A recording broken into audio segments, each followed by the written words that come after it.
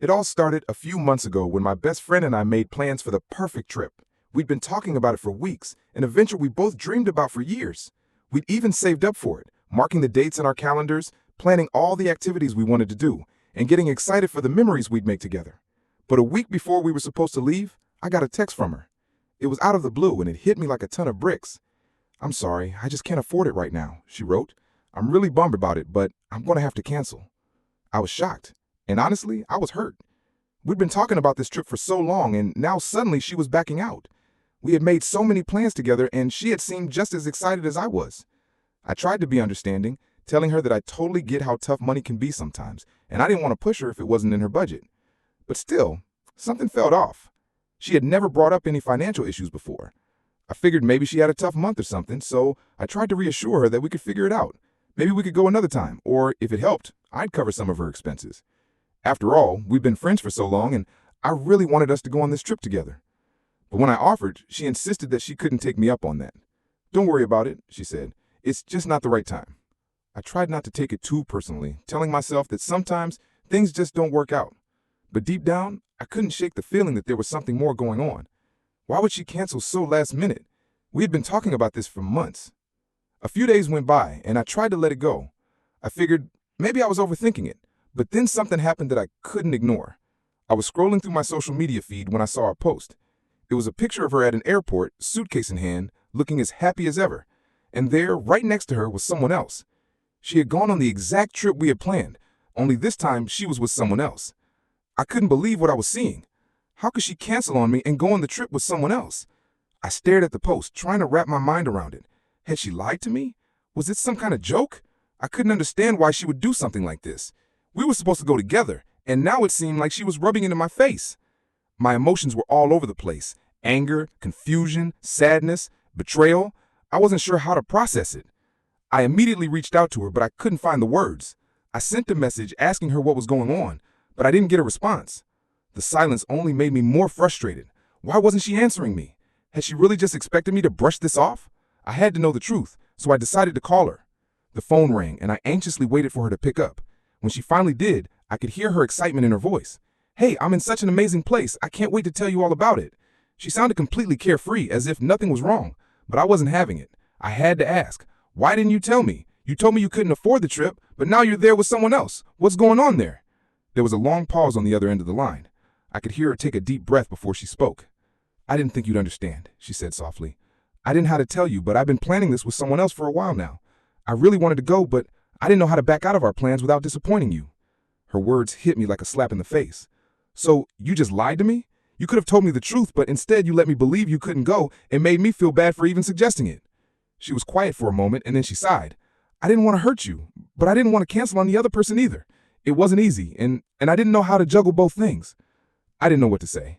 I felt betrayed, and the way she was justifying her actions made me even feel worse. It was hard to imagine that she hadn't considered how hurt I would feel. I had always been there for her, and this was how she repaid me? By choosing someone else over me without a second thought? "So that's it.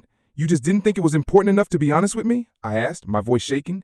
She didn't have a good answer. All I heard was more hesitation, more excuses. "I just didn't want to let you down, but I guess I ended up doing that anyway." I was so upset, I didn't even know what else to say. I ended the call quickly, telling her I needed some space. But as I hung up, I realized something. I couldn't just let this slide. I couldn't be the person who let people walk all over me, so I decided to confront her in person when she came back. I didn't know what I was going to say yet, but I knew I had to stand up for myself. I wasn't going to let her think it was okay to treat me like this. I was going to get some answers, whether she liked it or not. When she finally came back from the trip, I didn't waste any time. I wasn't going to let this drag on. I called her and told her we needed to talk in person. She sounded surprised, but agreed to meet up at a local cafe that afternoon. When I arrived, I was already feeling a mixture of anxiety and frustration. I couldn't stop replaying the conversation we had on the phone, but I knew this needed to be done. I had to get the closure I deserved. She arrived a few minutes late, looking sun-kissed and relaxed, nothing like the person I had last spoken to on the phone. She greeted me with a warm smile, but I didn't return it. I was still hurt by what had happened. We sat down, and after a few moments of awkward silence, I looked her square in the eye and said, "I need to understand why you did this. Why didn't you just tell me the truth about the trip? Why didn't you just be honest with me from the start?" She shifted uncomfortably in her seat. "I don't know. I guess I thought you wouldn't understand. I didn't know how to get out of our plans without disappointing you. It was easier to lie than to face the reality of letting you down." Her words stung, but I couldn't just let it slide. So you thought it was okay to lie to me and leave me hanging? You really thought I wouldn't understand? I would have been hurt, sure, but I'd rather you told me the truth than string me along with excuses. She was quiet for a moment and then looked at me with tears in her eyes. I don't want to lose you as a friend. I messed up and I'll do whatever it takes to make it right. At that moment, I felt torn. I wanted to believe her, but the hurt was still fresh. I need time to think about all of this. It's not something I can just get over right away. She nodded, understanding. I get it. I know I've broken your trust, and I'll do whatever it takes to earn your trust back. Expect you to forgive me right away, but I want you to know that I'm truly sorry, and when you're ready, I'll be here. We sat there in silence for a while, and I realized that while I wasn't sure if our friendship could ever go back to what it was, I wasn't ready to give up on it completely. I left the cafe with a heavy heart, still unsure of what I wanted to do. The betrayal stung, but I wasn't going to make any rash decisions. Maybe with time things could heal, or maybe they couldn't. I wasn't sure, but I knew that for now, I needed to focus on myself and figure out what was best for me. The days after that meeting were tough. Every time I saw my phone light up with her name, my heart would skip a beat. Part of me wanted to reach out, to tell her that I was ready to forgive her and move on. But then I would remember the hurt, the sting of betrayal that still lingered in my chest. It was hard to erase the image of her smiling in the pictures, enjoying the very trip she had promised me we would take together. I spent the next few days thinking about our friendship and everything we had been through over the years. We had shared so many memories, and I'd always considered her one of the most important people in my life. But this felt different. I had been made to feel like an afterthought, like I wasn't important enough to be considered when she made her plans. I knew deep down that our friendship could never go back to how it was. Trust, once broken, was so difficult to rebuild, and with each passing day the distance between us grew. I could feel myself drifting, unsure if I even wanted to try and salvage something that felt so damaged. I took some time away from social media, trying to clear my head. But then, as if on cue, I saw the post. It was a photo of her and another friend, arms around each other, smiling and laughing. The caption was a simple, "Can't imagine life without you." It was like a punch to the gut. I had been replaced. But I couldn't stop myself. I texted her, barely thinking, "And so I see you've moved on." She responded quickly. "What do you mean?" I didn't want to say it, but the words came out anyway. "You've already replaced me. You're hanging out with someone else, someone who's clearly better than me." There was a long pause before she finally replied. "I didn't mean for you to feel that way. You're important to me. But I messed up. I was wrong. I don't want to lose you, but I understand if you need space." I sat there staring at her message, feeling a lump in my throat. She had messed up, but so had I. Part of me wanted to forgive her, to let it all go and pick up where we left off. But part of me was scared. Scared that it would happen again, that she would let me down when I least expected it. I spent the rest of the day in a haze, unsure what to do. I knew I needed to make a decision, but I wasn't ready. And as much as I wanted to pretend that everything could go back to normal, I knew it would never be the same. The question lingered in my mind. Was it worth it? Was it worth trying to fix a friendship that had already shown cracks? As the days went by, I couldn't shake the feeling that something wasn't right. My mind kept replaying the events over and over. The canceled plans, the photos, the text messages, and her words. I found myself checking her social media more than I should have, trying to understand her actions, but it only made me feel worse. I started wondering if maybe I was being too sensitive, or if I was overreacting. But every time I tried to brush it off, the hurt would resurface, deeper than before. At one point, one evening, as I was sitting on the couch scrolling through my phone, I saw a message from her. She had sent a simple, "I miss you." For a moment, I just stared at the message, feeling torn. Did I want to open up that door again, or should I just let it be, knowing that it might only lead to more disappointment? I decided to respond. "I miss you too, but I'm not sure how to move forward." Her reply came quickly, almost desperate. "I understand. I don't expect you to forgive me right away, but I want to make it right. I've messed up, and I'm sorry. I just don't want to lose you as a friend." Reading her words, I could feel the sincerity in them.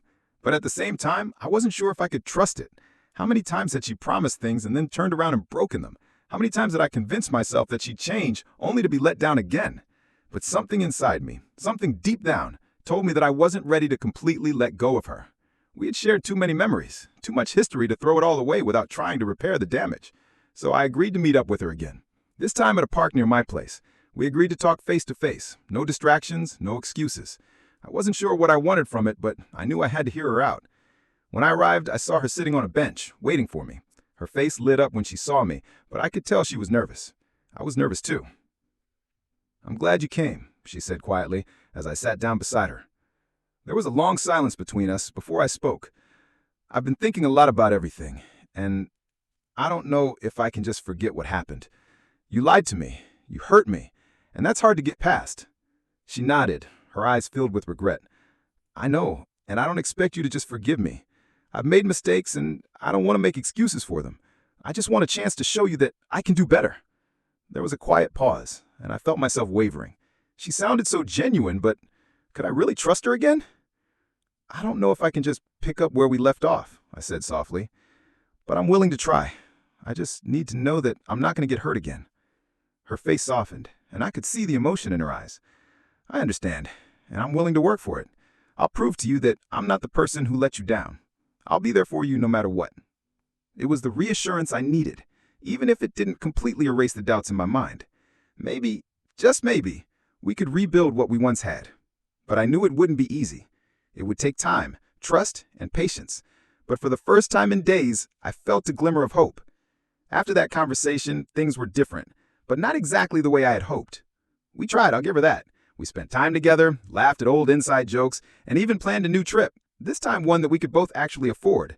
But something felt off. The connection we had before, the one that made her the person I trusted most, wasn't there anymore.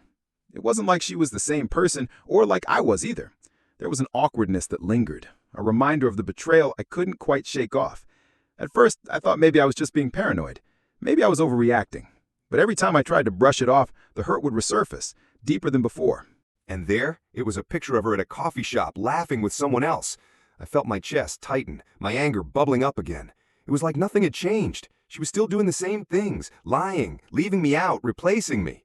This time, I decided I wasn't going to stay quiet. I wasn't going to keep letting her hurt me just because I was afraid of losing the person I used to call my best friend. So I sent her a text. I thought things were going to be different, but clearly they're not. I'm tired of being your second choice. Her response came almost immediately. I didn't mean to hurt you. I'm sorry if you feel that way. I've just been busy. I never meant to make you feel like you're not important to me. But I knew that wasn't true. If I was important, I wouldn't have been pushed aside again and again. She wouldn't have been out with someone else, enjoying the same thing she promised to share with me. I wasn't just a backup plan. I deserved more than that. That night, I made a decision. I needed to walk away. No more giving her chances. No more waiting around for her to come through. The next day, I called her. I told her I couldn't keep pretending that everything was okay, that it was too hard to keep putting myself in a position where I was constantly disappointed. I wished her well, but it was time for me to let go. Her voice cracked when she spoke, but I couldn't let that sway me. I had made up my mind. I'll always care about you, but I can't keep doing this, I said firmly. Maybe someday we can be friends again, but right now, I need to take care of myself. She stayed quiet for a long time, and I could hear the hurt in her silence. I'm really sorry, she finally whispered, but I wasn't looking for an apology anymore. I wasn't looking for empty promises. I was looking for peace, and that meant moving on. As I hung up the phone, I felt a weight lift off my shoulders. It wasn't easy, but it was necessary. I realized that sometimes the hardest thing to do is let go of someone who used to mean so much, but I knew I had to for my own well-being. Days passed, and I couldn't help but think about the decision I had made. In some ways, it felt like a relief, like a heavy burden had been lifted from my chest. I was no longer constantly second-guessing myself, wondering if I was doing the right thing by trying to maintain that friendship. But in other ways, it was harder than I thought it would be. I kept picturing the fun times we used to have, the late-night talks, the trips we planned, the promises we made to each other. It felt strange, almost surreal to think that all of that was gone now. I spent a lot of time reflecting, trying to make sense of it all. How had things gotten to this point? How had the friendship that had once been the most important thing in my life turned so toxic? Was it all just a gradual buildup of small disappointments, or was there a turning point I hadn't noticed? As I thought more about it, I realized something that stung. It wasn't just the trip that had hurt me. It was everything. The lies, the broken promises, the times I'd been left waiting, the times she had chosen others over me. It wasn't just about one incident. It was a pattern of behavior that had been there all along, and I had ignored it because I didn't want to face the truth. I had been so invested in keeping the friendship alive that I had let myself be treated like an afterthought. One afternoon, I got a message from her. It wasn't a long text, just a short one. I've been thinking about everything, and I'm really sorry for how I treated you. I hope we can talk soon. My first reaction was to ignore it, but then I stopped myself. Maybe I needed closure. Maybe I needed to hear her side one last time before I fully moved on. So I agreed to meet up. We met at a small cafe. When I walked in, I saw her sitting at a corner table waiting. She looked a little different, more put together, but there was a sadness in her eyes. I sat down, and for a moment, neither of us said anything. It was one of those heavy silences that hangs between two people who know something has changed, but don't know how to put it into words. Finally, she spoke. I've been selfish, I know. I've hurt you, and I can't take that back. I've realized that I've been prioritizing other people, other things over our friendship, and I'm really sorry for that. I listened, but part of me was still guarded. She was saying all the right things now, but had she really changed? Or was this just another one of her apologies that would lead to the same old behavior? I'm not asking for forgiveness, she continued, but I want you to know that I'm working on myself, and if you ever want to try again, I'll be here. For a moment, I considered what she said. Could I really forgive her and try again? Could I trust her not to hurt me again? I wanted to believe that people could change, that this conversation meant something, but deep down, I knew I wasn't ready to go back to where we had been. I told her what I had learned. I appreciate your apology, I do, but I've realized that I need to let go. I can't keep waiting for things to change when they never do. Her eyes filled with tears, and I felt a pang of guilt. But I knew this was the right choice. I had to choose myself this time. Maybe one day we can reconnect, I said softly, but for now, I need to keep moving forward. We said our goodbyes, and as I left the cafe, I felt both sad and relieved. I had made the hard choice, but I was proud of myself for doing it. I wasn't the same person who had put up with her mistakes, and I wasn't going to let anyone treat me like that again. What do you think? Did she make the right choice by walking away, or should she have given her friend one more chance? Let us know in the comments below. Everyone's got their own perspective, and we'd love to hear yours. And if you want to hear more stories like this, be sure to subscribe. More drama and more life lessons are coming your way. You won't want to miss it.